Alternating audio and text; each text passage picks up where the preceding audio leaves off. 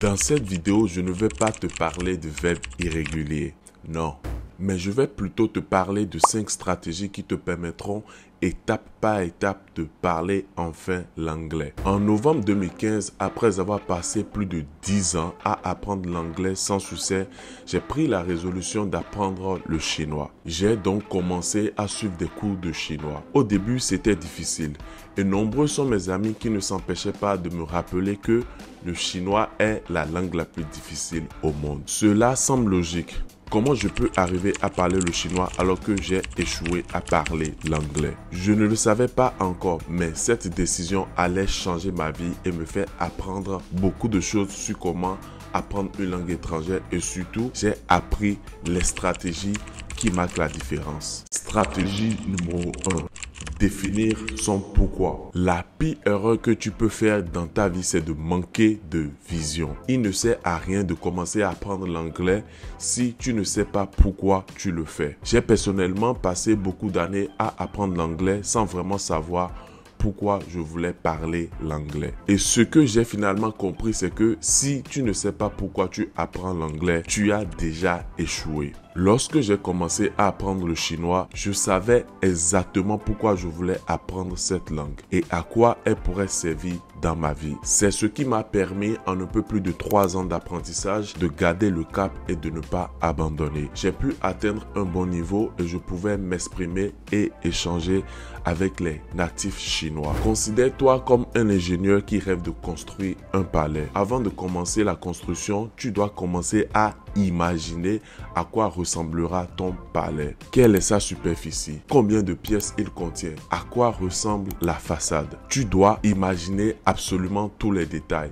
et avoir une idée claire de ce que tu veux construire. Si tu n'as pas une idée claire du palais que tu veux construire, tu risques d'aller dans tous les sens pendant la construction ou carrément abandonner en chemin. Et pire, si tu commences par construire sans même savoir ce que tu veux construire, alors tu es simplement un mauvais ingénieur. Personnellement, j'ai décidé d'apprendre le chinois parce que je voulais apprendre une culture étrangère. Je voulais voyager, faire le tour du monde et surtout, je voulais avoir l'opportunité de travailler avec des entreprises chinoises. Contrairement à toutes ces années où j'apprenais l'anglais sans raison valable, je savais exactement ce que je voulais en apprenant le chinois. Et si tu me le demandais, je pouvais te parler clairement de mes rêves, de mes attentes et de mes objectifs en apprenant le chinois. Je savais que je voulais devenir interprète chinois-français et je savais que parler le chinois m'ouvrirait des portes qui changeront ma vie. Et rien qu'en sachant ce que je voulais devenir, j'ai compris l'importance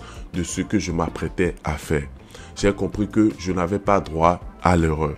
Il faut que tu te poses les bonnes questions, que tu saches exactement quel est ton objectif et que tu le définisses clairement. Je te conseille d'écrire tous ces détails sur un papier. Plus tu auras de clarté et de détails sur tes objectifs, plus grande sera la force que tu auras et ta motivation. Stratégie numéro 2. Définir un plan précis. Lorsque tu as fini de définir ton objectif et que tu as trouvé les raisons qui font que tu dois absolument parler l'anglais, ce n'est pas encore le moment de commencer à apprendre l'anglais. Pas encore. Tu dois d'abord définir un plan précis. Quelles ressources tu dois utiliser? Quel livre? Quelle application?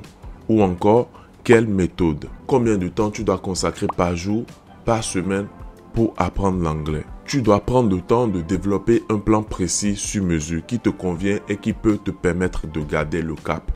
La meilleure chose à faire à ce moment est de t'inspirer des personnes qui l'ont déjà fait avant toi. Il existe plein de personnes sur Internet qui ont appris l'anglais en autodidacte ou qui l'ont appris en suivant telle ou telle méthode.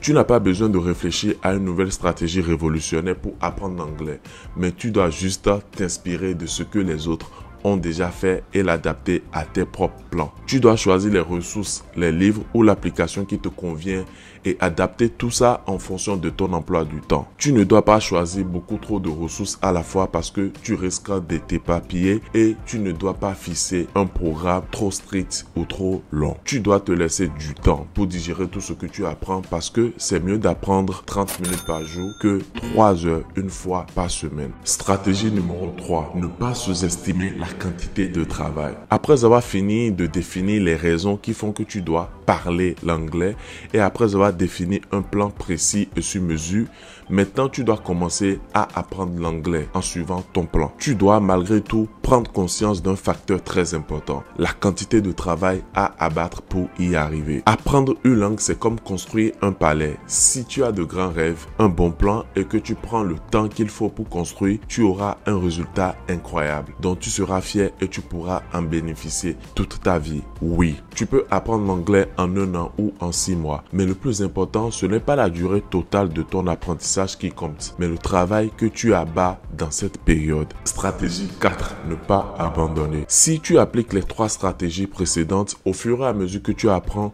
tu seras tenté à un moment d'abandonner parce que c'est difficile. En tant qu'ingénieur de ton propre palais, tu dois comprendre que parfois, tu seras fatigué de la lenteur des travaux ou des résultats. Si cela t'arrive, c'est normal parce que le plus souvent, apprendre une langue prend plus de temps que prévu. Lorsque tu traverses des périodes de doute ou de fatigue, tu seras tenté de tout laisser tomber.